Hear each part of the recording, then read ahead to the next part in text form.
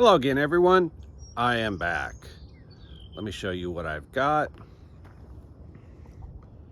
I spent the entire day working on this hood, getting it straight, flat. It needs another coat of high build primer, but it is done except for that. I'm not going to do that right now. I'll show you why in a minute. But what I have here is, you can see it took many different coats of body filler, let's see, glazing putty, and primer to finally get this to a level that's flat and ready for, like I said, the final coat of primer. I still have a slight issue with the edge here. You can see where my marks are. All of these are so thin, the glazing putty so thin that you can actually see my Sharpie marks through the glazing putty. So again, that's a very thin layer if you can still see through it. This area right here still needs work, but this edge needs to be cut anyway. So I'm going to wait. Same thing here. This is probably going to get completely cut off. If we go over to the other side and see, right there, I still haven't defined this edge either. I will probably follow this edge out here on the fender. What happens is the actual edge from the factory is way back there, so I added this extension right here. I wanted to cover up the wipers as much as possible.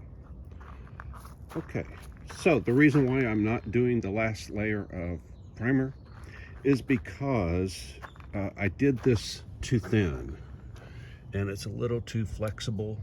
Actually, it's a lot less flexible now that I have the body filler on there.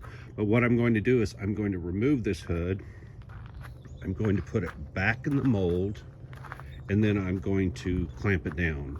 And then I'm going to add support to the back side to get it strong again.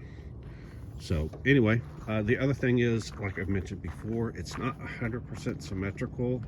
I think it's because it's thin, but I don't know for sure. So I'm going to put it in there and double check everything.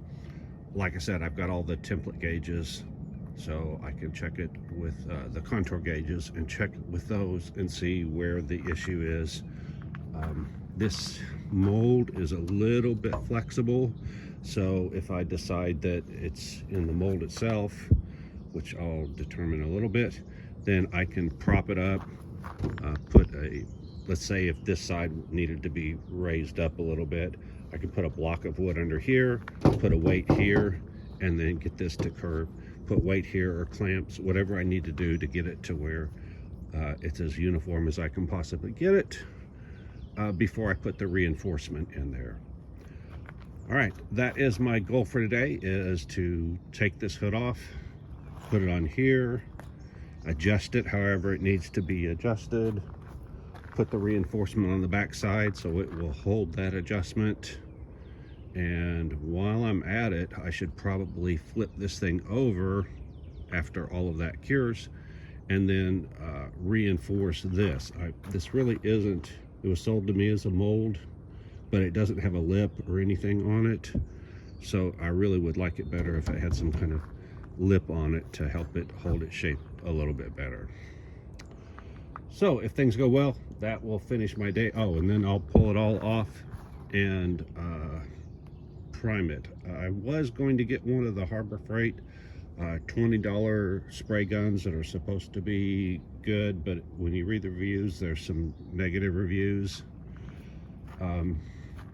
One of the issues is that for high build primer, you need a 2.0 tip or something close to that, and it doesn't have a big enough tip. There's a guy online that takes his and he drills out the tip larger. Rather than mess with all of that, I went to Amazon and found a spray gun that is just under $100. So I went ahead and literally this morning ordered it. It's supposed to be here later today, and I decided to go ahead and splurge and get a better gun. The reviews on it are all great.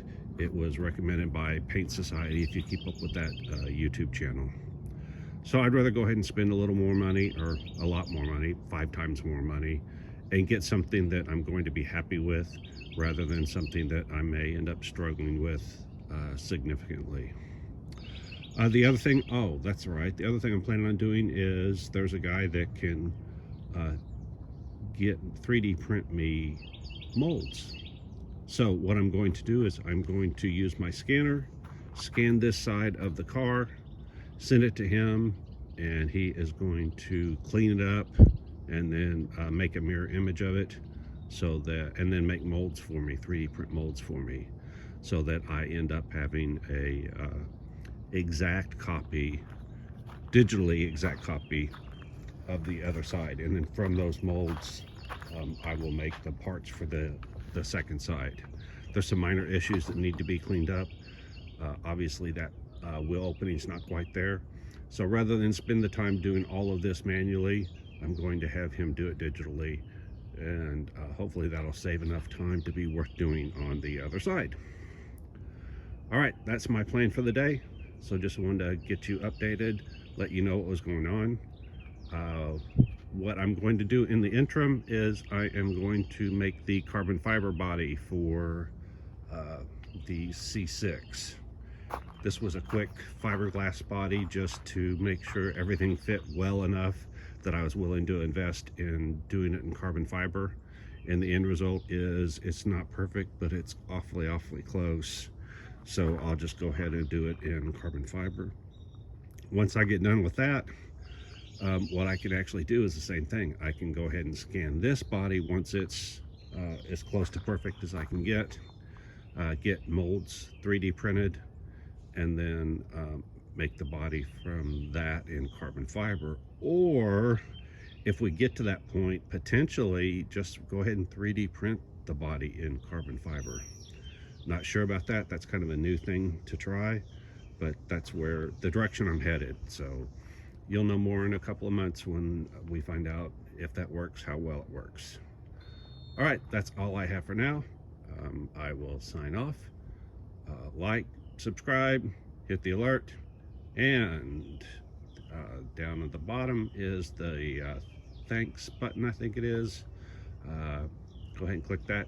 Give me a little donation, that would help. And if you don't know what I'm doing, you don't know jack. Bye.